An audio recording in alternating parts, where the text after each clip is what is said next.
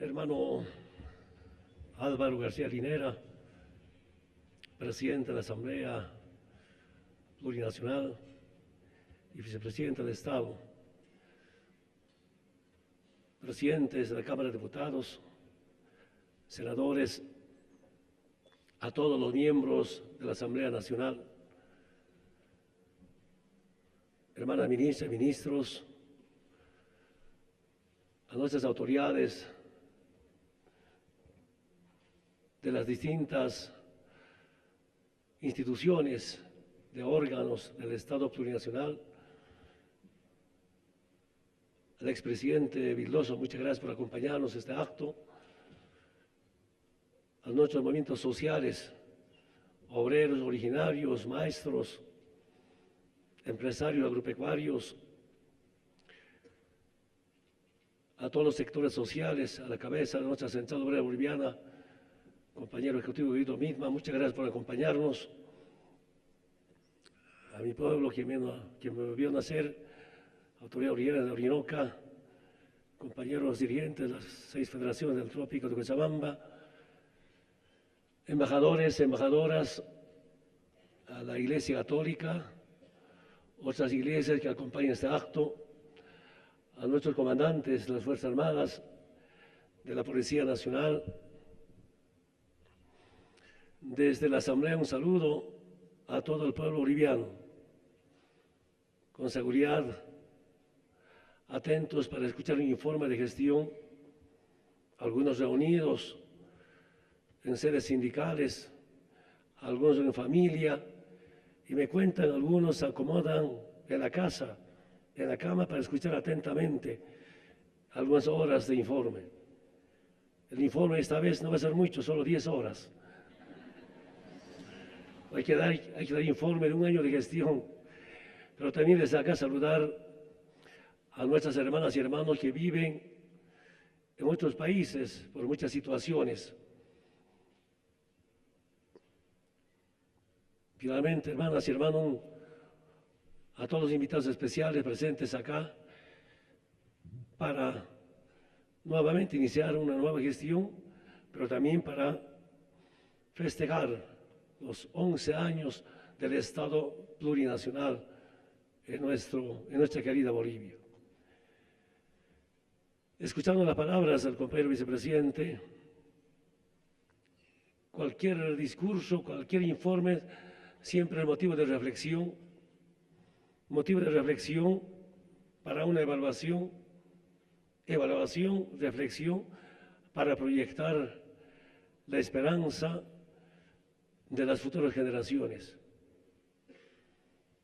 Anticipadamente quiero decirles, a veces yo mismo no puedo entender cómo, gracias al pueblo boliviano, en base a los movimientos sociales de los distintos sectores y regiones del país, no solamente me refiero, cuando digo movimientos sociales, al sector sindicalizado, sino también a sectores organizados económicamente en asociaciones, federaciones, confederaciones, hemos garantizado una estabilidad social, y esa estabilidad social garantiza la estabilidad política. Entre la estabilidad política y social garantiza no solamente la estabilidad económica, sino el crecimiento económico. Nos sorprenden los datos, los resultados de esta gestión, con problemas, con diferencias, es un derecho. Pero solo quiero decirles que los planteamientos que vienen de protestas, las protestas convertidas en propuestas, ha sido tan importante para que en 11 años de la Revolución Democrática Cultural tengamos la nueva Bolivia. Decir al pueblo boliviano, a nuestros movimientos sociales, muchas gracias por garantizar esta nueva Bolivia para bien las futuras generaciones.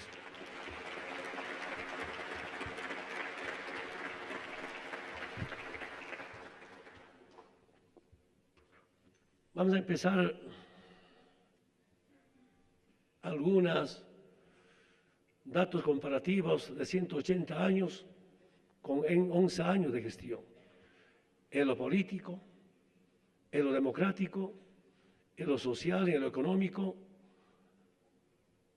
sobre todo, yo diría, en la parte económica, que llama la atención no solamente a los bolivianos o a las bolivianas, sino llama la atención a instituciones internacionales, especialmente a quienes hacen seguimiento en la parte económica.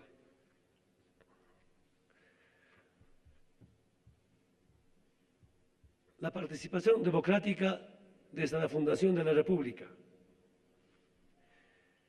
De 1825 al 2005, el Estado republicano instituye una democracia censitaria que restringe los derechos ciudadanos a los valores que sabían leer y escribir, contaban con patrimonio y acreditaron una renta, 1825 a 1952. El voto universal amplía la ciudadanía, pero mantiene el monopolio de las decisiones en una élite que excluye la representación política de indígenas, mujeres y trabajadores y jóvenes, 1952 al 2005. Con nuestra revolución democrática cultural, el Estado plurinacional constituye una democracia representativa, participativa y comunitaria, que efectiviza los derechos ciudadanos para elegir y ser elegidos, permitiendo que los indígenas, mujeres, jóvenes y obreros accedan a la representación política. Además, establece 7 circunscripciones especiales para diputados indígenas del Oriente, Chaco, Amazonía y del Occidente. Este cambio en la constitución política del Estado, pasar del Estado colonial al Estado plurinacional, aquí vemos, aquí se expresa tantos guardatojos, tantas polleras de distintos colores. Es el Estado plurinacional y eso es gracias a la lucha del pueblo boliviano.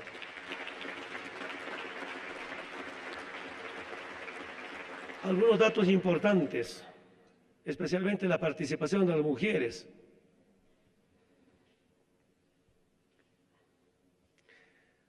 Senadoras, frente a los senadores. En las elecciones de 1985, 0 de mujeres en senadores. 1991, 1995, 1 de los 27 senadores que teníamos en la anterior Constitución. El 2002, por fin, 4 senadores.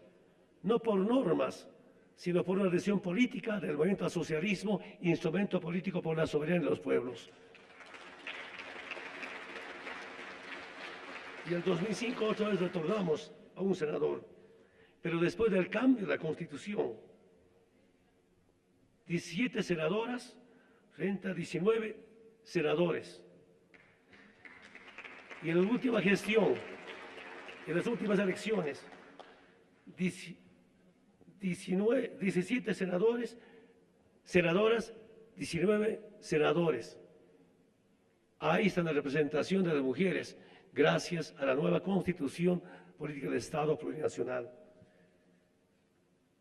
En los diputados, para no perder mucho tiempo, igualmente tenemos ahora 64 diputadas titulares y 66 diputados suplentes.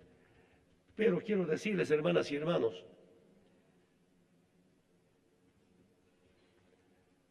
entre titulares suplentes, senadores, suplentes titulares, tenemos más del 50% de representación de mujeres en la Asamblea Legislativa Plurinacional. En el mundo, somos segundo país con representación de mujeres en la Asamblea o en el Congreso, después de Ruanda. Muchas gracias, hermanas y hermanos. Es el profundo cambio que podemos ver en representación de mujeres en la Asamblea. En el Estado colonial, la República, los más marginados, excluidos, han sido el movimiento indígena y las mujeres de las distintas clases sociales, no solamente las mujeres obreras, no solamente las mujeres de los pueblos indígenas. Saben esa larga historia. En gabinetes, quiero decirles, desde 1825 hasta el 2005, 23 ministras nombradas por todos los presidentes. Y en nuestra gestión, con 11 años de gobierno, 47 ministras nombradas por un solo presidente. Un profundo cambio en la participación de las mujeres. Participación de jóvenes en el órgano legislativo. Quiero aprovechar esta oportunidad para ver cómo era la participación de las juventudes antes y ahora. Durante el periodo de la República, hasta el 2005, no existía representación de jóvenes entre 18 y 25 años. La votación era restringida a mayores de 21 años y el acceso a la representación parlamentaria exigía como mínimo 25 años para la Cámara de Diputados y 35 años para la Cámara de Senadores. Es decir, si no tenías 25 años, no podías ser diputado. Si no tenías 35 años, no podías ser senador. A partir de la nueva Constitución, la legislación posibilita la participación de jóvenes para el órgano legislativo desde esos 18 años. El año 2015, los jóvenes tienen 29 representantes de la Asamblea Legislativa entre titulares o suplentes, no solamente en la bancada del MAS, sino también en la bancada opositora.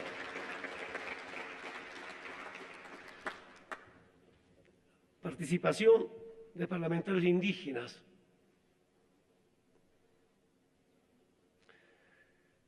Hasta el 2002, la participación en el Parlamento de indígenas era representativa, 79-2, 84. Yo me acuerdo y saludo, mi respeto, mi admiración al pueblo paceño en especial. Se organizaron algunos movimientos llamados indigenistas, indios, Frontal Lima, seguramente el compañero David Chocabanca debe recordar, llegaron con su propio esfuerzo al Parlamento, 1 o 2. No porque habían algunas normas que garantizaban la participación del movimiento indígena en la Asamblea o en el Congreso. Sin embargo, quiero decirles, hermanas y hermanos, en mujeres en este momento tenemos 9 titulares del movimiento indígena en la Asamblea Legislativa Plurinacional y en varones tenemos 32 asambleístas como titulares dentro de la Asamblea Legislativa Plurinacional. El 2002, cuando fui por primera vez candidato a la presidencia, en Altiplano, en Aymaras, que no había problema. Pero en Santa Cruz hubo un problema muy serio para elegir a un hermano indígena de la Chiquitanía. ¿Cuál era el problema? El problema no era con la derecha, el problema era interno. Yo quería la primera plure sea un hermano indígena, pero nuestros militantes de la ciudad no querían.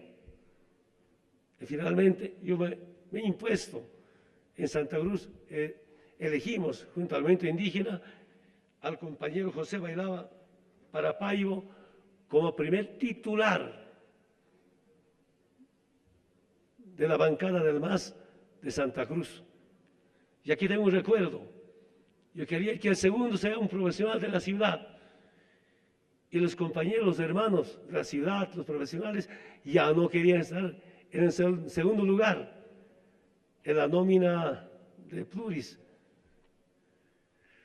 Bueno, felizmente una compañera, me acuerdo siempre, compañera Inés, como no quieren otros profesionales, yo me meto, yo entro en la lista.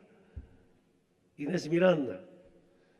Cuando elegimos nuestros candidatos, y quiero decirles, se quedará para siempre. Primera vez nuestro instrumento político garantiza un chiquitano, José Bailaba, como titular para ser diputado por el departamento de Santa Cruz. Pero gracias a la conciencia del departamento de Santa Cruz, sacamos dos plurinacionales. La compañera Inés, diputada, y recién quienes me rechazaron entrar como segundo, se arrepintieron, mis compañeros de las ciudades. Claro, todavía no creían en este instrumento político, dudaban los resultados, pero ahí está la conciencia del pueblo boliviano. Largo sería comentarles, no solamente del departamento de Santa Cruz, sino de los distintos departamentos, el avance de este proceso o el avance de esta revolución democrática cultural. El tema de referéndums. En la Constitución de antes no había referéndums, aunque los abogados, como Carlos Romero, siempre nos dicen, el que no está prohibido está permitido. Pero quiero decirles, en 180 años solo ha habido 2 referéndums nacionales. Y en nuestra gestión, entre nacionales, departamentales y municipales, 47 referéndums. Esa es la participación del pueblo boliviano en las decisiones sobre políticas en nuestra querida Bolivia.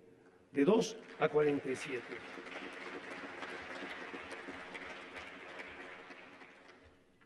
Estabilidad política.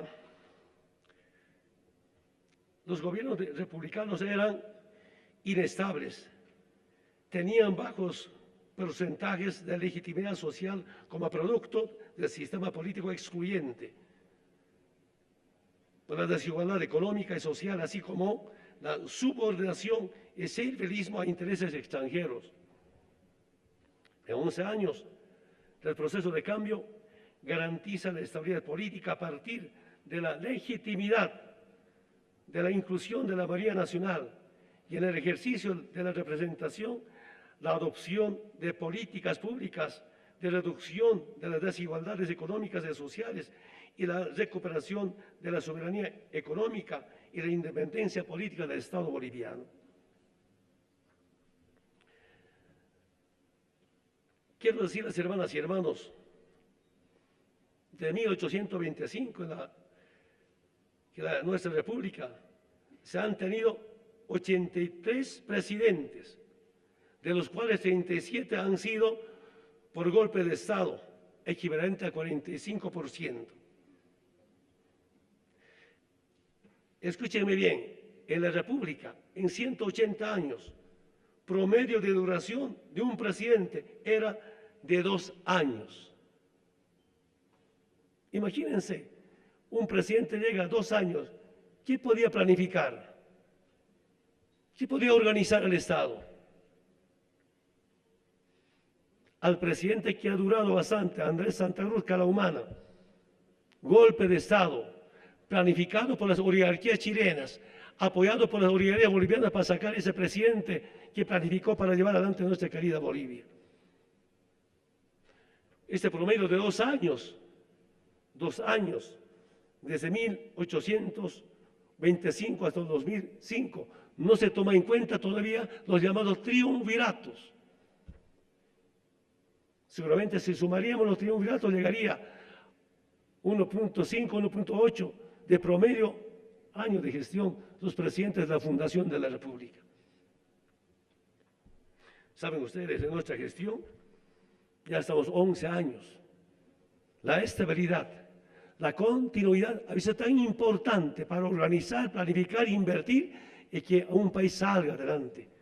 Si quisiéramos hacer una tabla comparativa de algunos países desarrollados de Europa, de otros continentes, podemos verlos. No somos ciegos para no verlos, ni sordos para no escucharlos, como algunos países avanzados han garantizado la estabilidad, no solamente la estabilidad, sino también la continuidad. Para el debate, para la reflexión, quiero decirles, periodos más cortos de mandato de presidentes. 1828, Pedro Blanco Soto tuvo un mandato de 6 días. 1847, Eusebio Guillarte Vera tuvo un mandato de 10 días.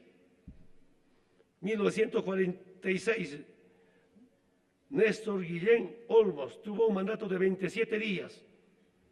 1979, Alberto Natucho Bush tuvo una gestión de 16 días, que era el golpe de Estado. Yo me acuerdo ya de adolescente cómo el movimiento campesino, el movimiento obrero se organizaron para acabar con esa dictadura de Natucho Bush. Algunos mandatos compartidos. 1965.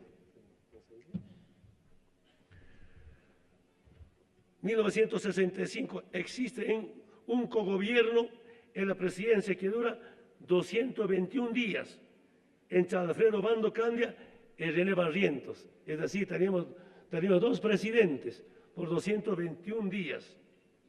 1970, miembros de la Junta Militar derrocan a Alfredo Bando, asume el gobierno. Un triunvirato. Gobierno de 6 horas para luego renunciar Efraín Bachaya, Fernando Satori y Alberto Albarracín.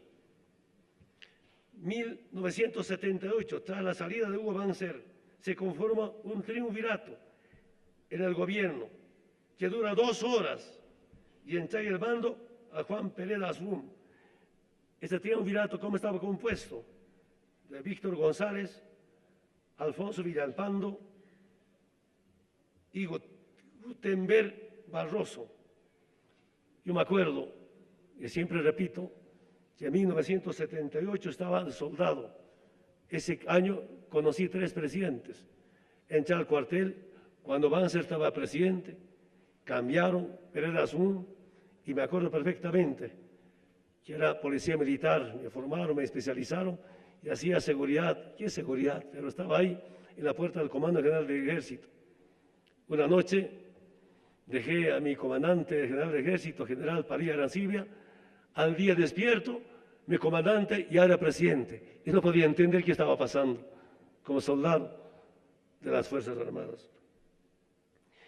1981 se conforma el triunvirato en el gobierno tras la salida de Luis García Mesa, Celso Torrelio, Waldo Bernal, Óscar Pamo, que dura 31 días. Si un mes, 31 días, tenemos 3 presidentes, 3 generales o 2 generales y un almirante. Esa es nuestra corta historia.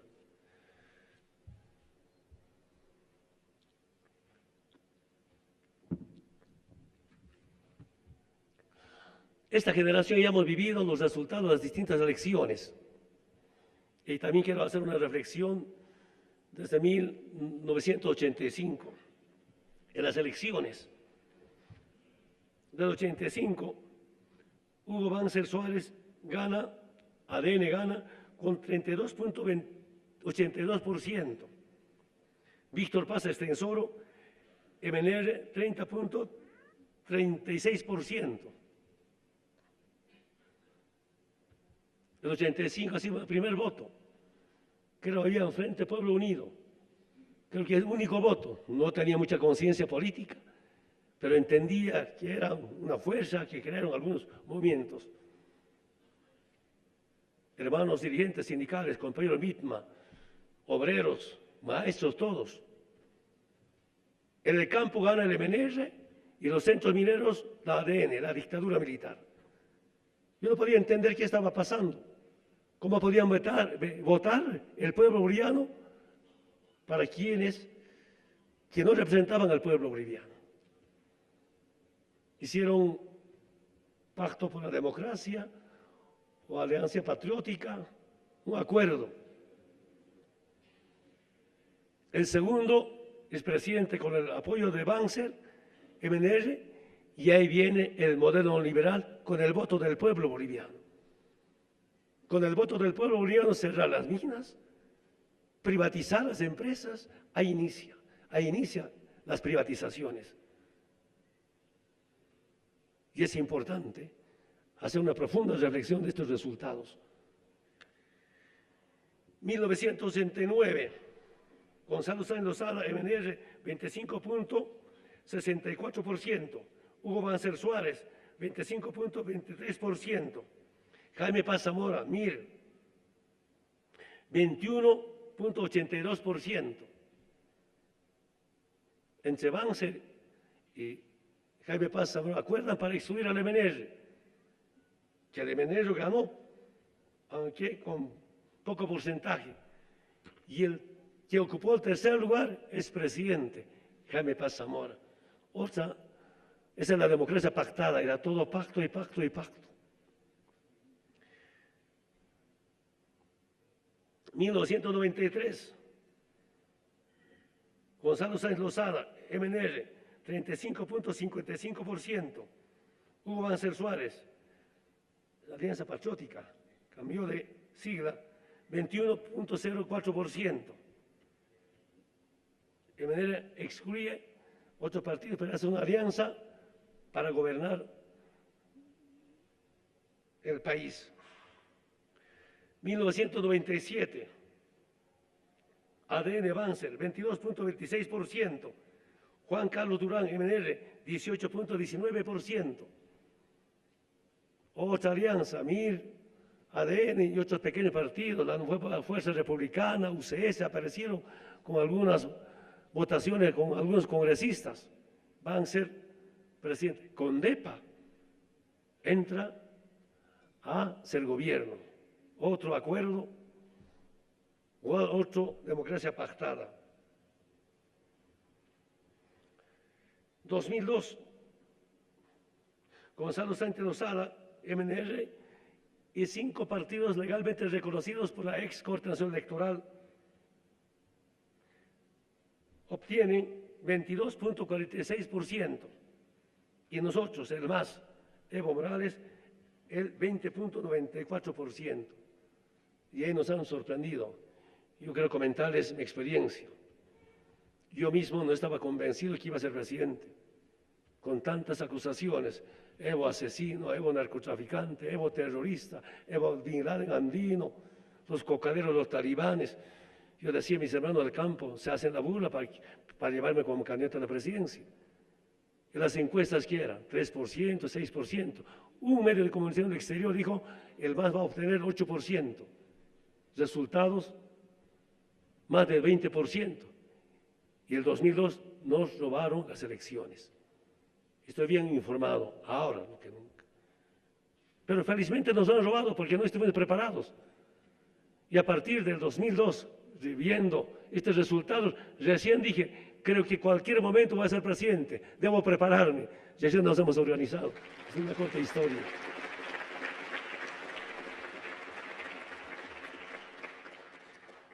En 2005, Evo Morales más, después de décadas 50, 60, este movimiento político obtiene 53.74%. Después de tantos años, seguramente después de la revolución del 52 hubo algunos partidos que han obtenido 50, 60%. Después de casi 50 años, ganamos las elecciones 53.74%. Cuando seguía Jorge Quiroga Ramírez, Podemos, con 28.59%. Aquí empieza, ya no hay pactos, ya no hay democracia pactada. La legitimidad convertida en la legalidad. Y de verdad, ha sido tan importante la conciencia del pueblo boliviano. Hablando de conciencia, cuando yo andaba candidato, viajando de un departamento a otro departamento, como mochila al hombro, otros candidatos venían con todo su equipo, llevaban sus cosas, y alguien me dijo, Evo, yo no tengo plata para ser presidente. Como insultándome, ¿qué plata tienes para ser presidente? Porque yo era candidato. Yo escucho solamente. No había sido tan importante tener plata para ser presidente, sino la conciencia del pueblo boliviano, decir muchas gracias a esa gente que tomó conciencia para cambiar las políticas económicas y para ser presidente Evo Morales. Después de tantos conflictos, 2009, bueno, ya saben la historia, 64.22%, con 2/3 en la Asamblea. Manfred Díaz Villa, 26.46%.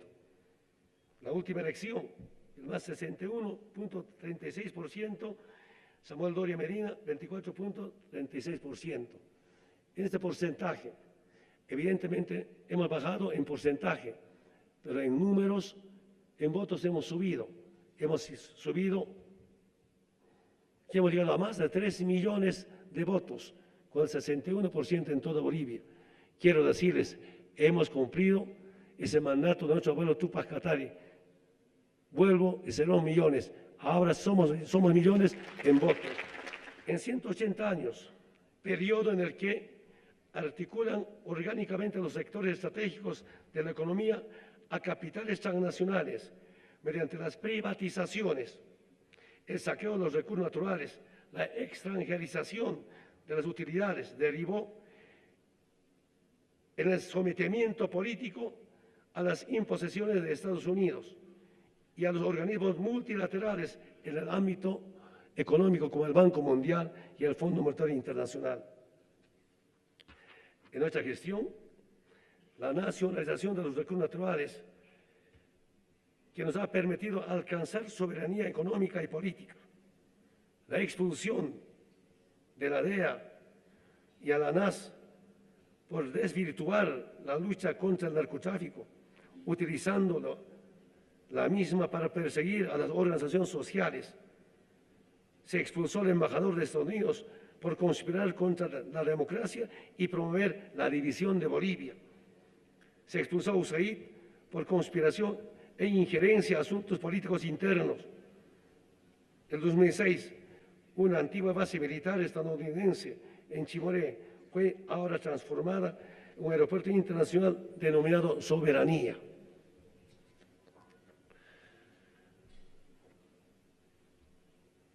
Hermanas y hermanos de la Asamblea, cómo la economía nacional durante 180 años estaba descuartizado. Salitre, compañía de salitres, ferrocarril de Antofagasta, hidrocarburos, ¿sabe usted la historia? Standard Oil, Full Oil, Repsol, Enron, Shell, British Gas, Petrobras, Transredes, tantas empresas extranjeras, en agua, multinacionales Suez, agua del Ingemani, agua del Tunari, aunque algunos políticos de la derecha eran también socios de estas transnacionales, y para eso privatizaban. Minerales, La Salvadora, Patiño Mines, Xochitl, bueno, podemos recordar cómo estaba entregado a las transnacionales de los minerales. Fundidora, Glengore, Telecomunicación, Telecom de Italia, Energía Eléctrica, estaban Rutelec, Tevalivion, Generación Group, tantas empresas. ¿Y qué hicimos? Esa lucha del pueblo boliviano es tan importante para que recuperemos, nacionalicemos los recursos naturales en las empresas estratégicas. Esa es la lucha del pueblo boliviano que nos regaló Evo Morales. Solo hemos cumplido con el mandato de los distintos sectores sociales.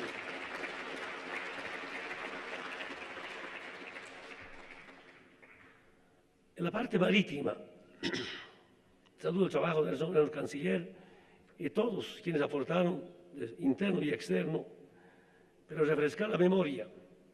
En 180 años, desde 1825, nuestro país nació a la vida republicana con mar y puertos en el Océano Pacífico. La oligarquía chilena, aliada con intereses imperiales, se apropió de los recursos naturales del litoral boliviano, por lo cual en 1879 nuestro litoral fue invadido por Chile. ¿Qué hicimos desde el momento que llegamos al gobierno? Diseñamos una política exterior de confianza mutua fortaleciendo de las relaciones con todos los países vecinos y de manera particular con la hermana República de Chile. En este propósito, con el primer gobierno de la presidenta Bachelet, acordamos una agenda de 13 puntos con diversos temas pendientes, entre ellos la integración física y fronteriza, las dificultades sobre el libre tránsito hacia los puertos del Pacífico, la cuestión de Silala, los recursos hídricos, se refiere a los ríos, que es tema pendiente todavía, y de manera específica, en el punto sexto de los 13 puntos, la cuestión marítima, que no podía seguir postergado y sin solución.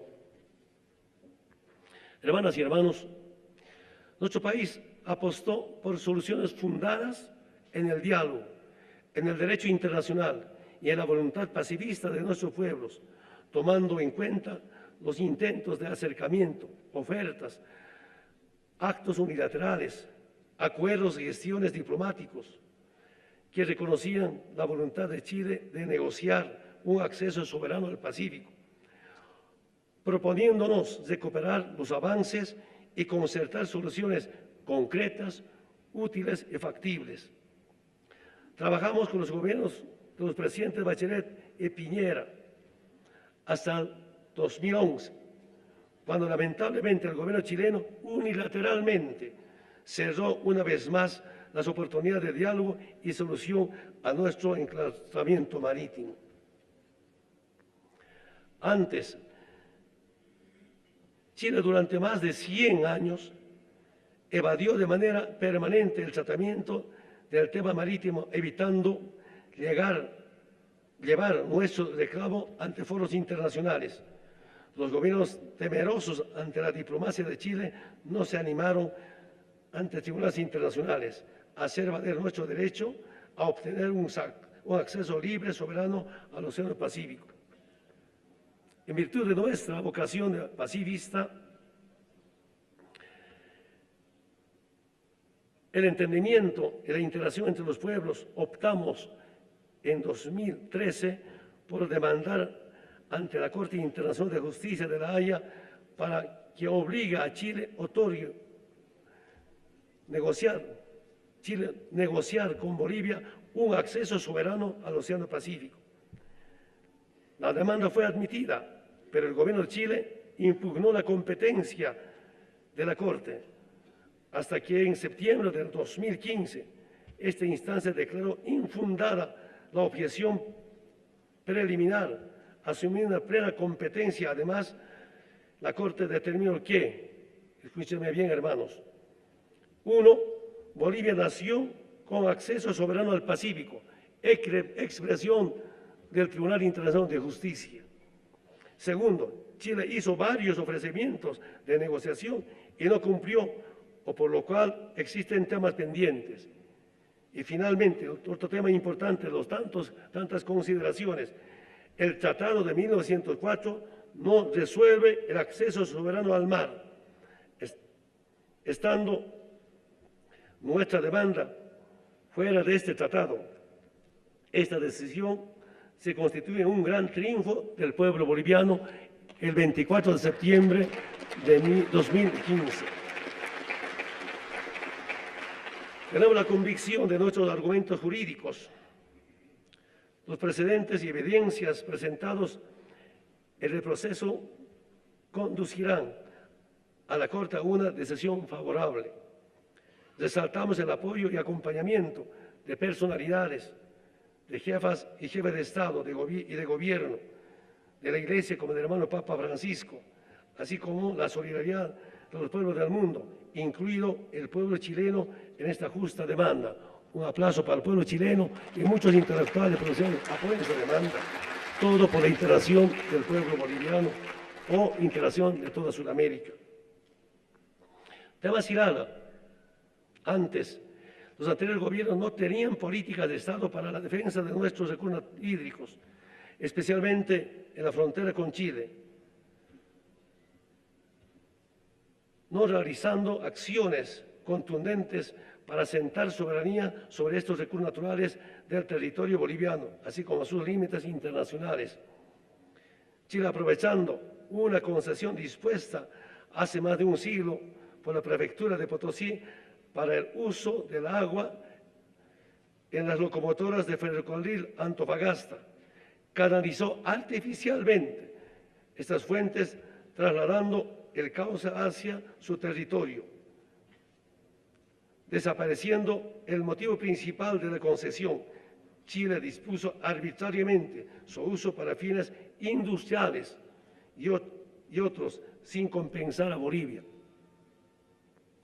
En nuestra gestión, en la agenda de los 13 puntos, estaba incorporado el tema del Silala en los recursos hídricos, que también fue cancelado unilateralmente, al igual que el tema marítimo. En junio del 2006, Chile acudió ante la Corte Internacional de Justicia de La Haya para demandar a Bolivia por las aguas del Silala, pidiendo declare que se trata de un curso de agua internacional y que Chile tiene el derecho de mantener el actual uso de estas aguas ubicado en el sur del departamento de Potosí. Las aguas son parte de un conjunto de manantiales que provienen de aguas subterráneas y no reciben recarga, por lo que su explotación puede agotarse. Quiero decirles, hermanas y hermanos, Chile nos roba y nos demanda. Quiero decir con mucho respeto, esa demanda será en vano. Bolivia va a recuperar sus aguas del Silala.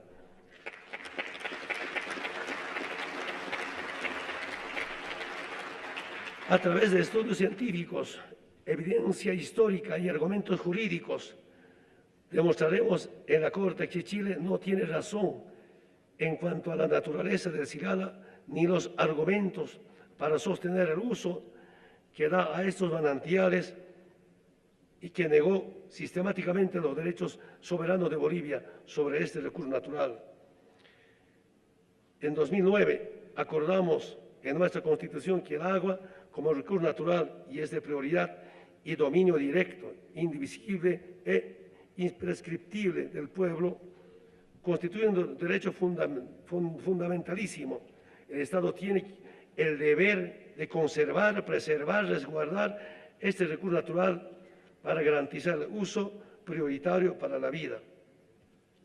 Bolivia hará respetar en los foros sus derechos soberanos sobre los recursos naturales del Silala que pertenecen a Bolivia y que por su naturaleza fósil también son reservas para la humanidad, no solamente para Bolivia.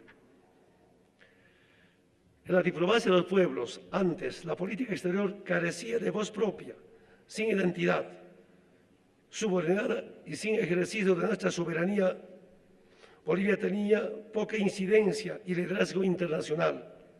La presencia de Bolivia en organismos internacionales era carente de propuestas, limitándose a simple adhesión a la de otros países.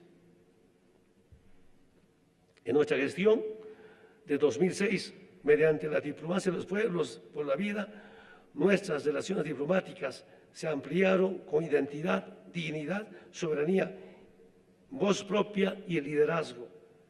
Construimos un acuerdo marco de respeto mutuo con los Estados Unidos, así como establecimos nuevas relaciones con Irán y Palestina, entre otros países.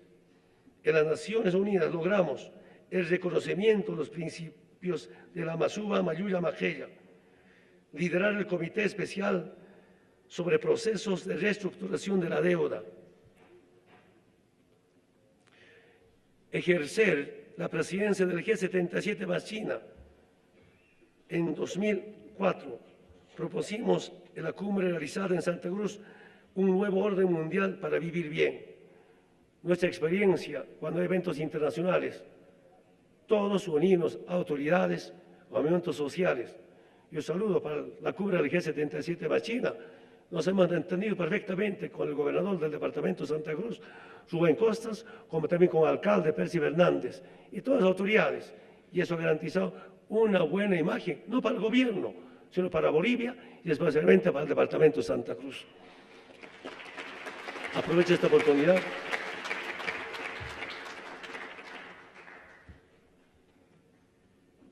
este año espero no equivocarme, tenemos otro evento internacional importante en Santa Cruz, la cumbre de jefes de Estado de países exportadores de gas.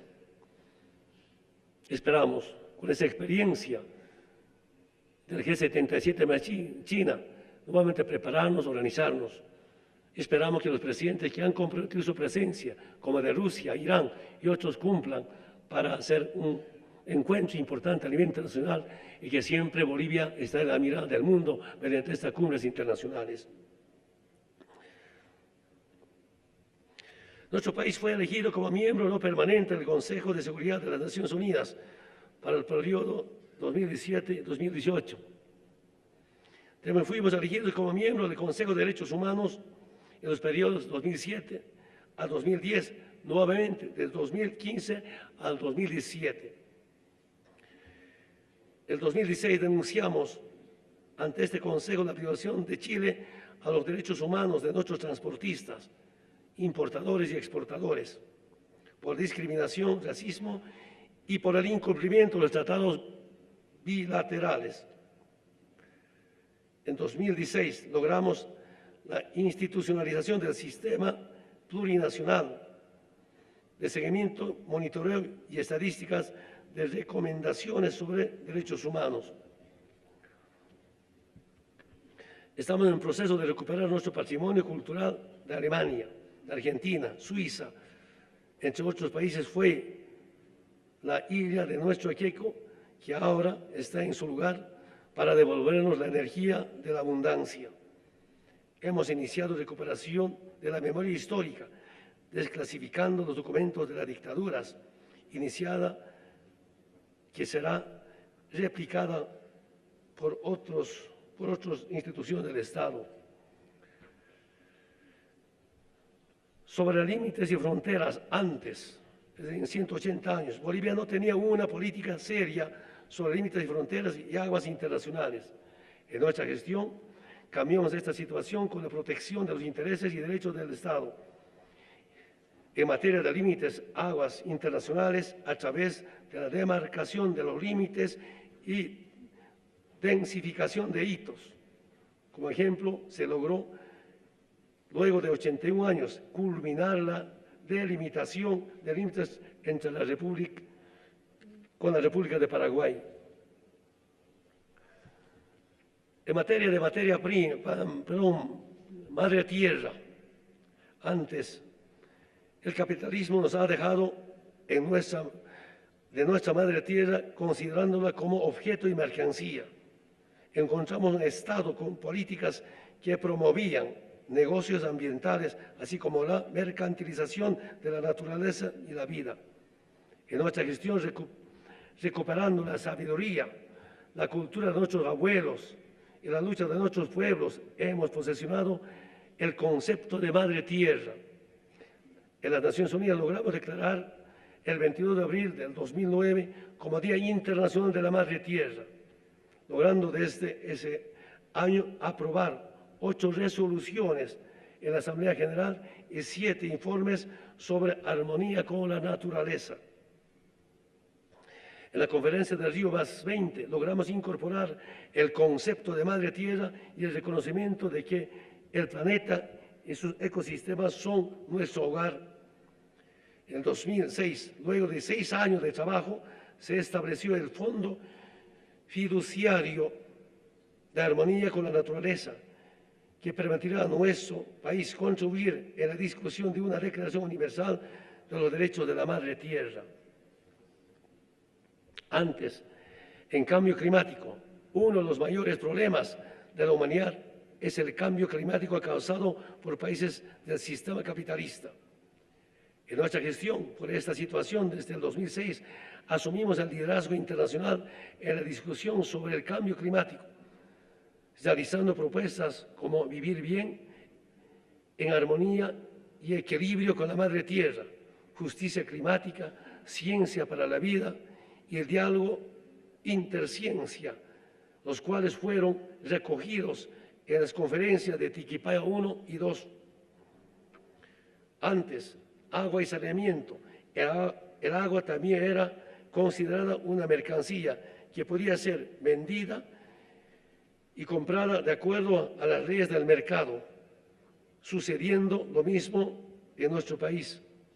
En nuestra gestión, por esa razón, constitucionalizamos el agua como derecho fundamental para la vida, trabajando para la universalización del derecho humano, el agua y el saneamiento, logrando el 2010 en Naciones Unidas que el agua y el saneamiento sean declarados como derechos humanos. Por los actuales problemas que enfrentamos, es importante contar con un tratado y convención sobre el derecho humano del agua. Quiero decirles, hermanas y hermanos, lo que tuvimos problema en algunas ciudades nos llama a la reflexión y por eso hemos decidido con el hermano vicepresidente, este año vamos a hacer grandes inversiones para garantizar el agua, especialmente en las ciudades. En nuestra experiencia, debilidades, errores, se convierte como una fortaleza y una oportunidad. Y por eso, después del trabajo muy rápido, desde hoy día estamos garantizando ya 12 horas de agua a barrios afectados en la zona sur. De esta manera vamos a ir superando, atendiendo esta demanda y esperamos corto tiempo resolver lo que se presentó en la ciudad de La Paz.